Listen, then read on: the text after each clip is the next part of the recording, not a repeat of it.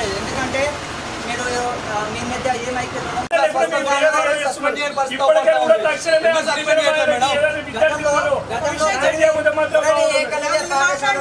ఇదే సంఘటన జరిగింది. కొరివేంకలవ్య పాఠశాలలో కూడా జీరోలో కూడా 40 మంది విద్యార్థులు అసలు కనీసం స్టేట్ కూడా చేసుకోవట్లేదు మేడం.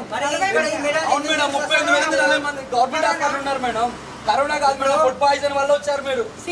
అవును మేడం, అక్కడ సస్పెండ్ చేయలేదు మీరు, ఆవిడ కొనసాగిస్తారు. ఇప్పుడు మేడం ఇప్పుడు మేము ఆవిడ రిపోర్ట్ ప్రకారం ఇదంతా నిజమో మీరు చెప్పండి. 4:30కి వాళ్ళ పేరెంట్ ఆ పిల్లని 3వ తారీఖున ఇంటికి వెళ్ళింది. 3వ తారీఖున ఇంటికి వెళ్ళినప్పుడు పేరెంట్ 4 క్లాస్ నుంచి బయటకు వచ్చే టైంలో జరిగింది.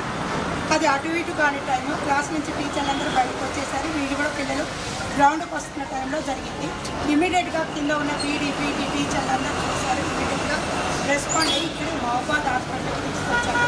వాళ్ళని మీరు అవుట్ పేషెంట్గా ట్రైన్మెంట్ తీసుకొచ్చాక అక్కడ ఆ పేరెంట్ పక్కనే ఉన్నాడు కాబట్టి ఇమీడియట్గా పేరెంట్కి కాల్ చేసింది అది అమ్మాయి. పేరెంట్ని కూడా తీసుకొని వచ్చారు. ఇక్కడ ఉన్నప్పుడే పేరెంట్స్ వచ్చేసారు. ఆ తర్వాత పేరెంట్సే మాకు ఇక్కడ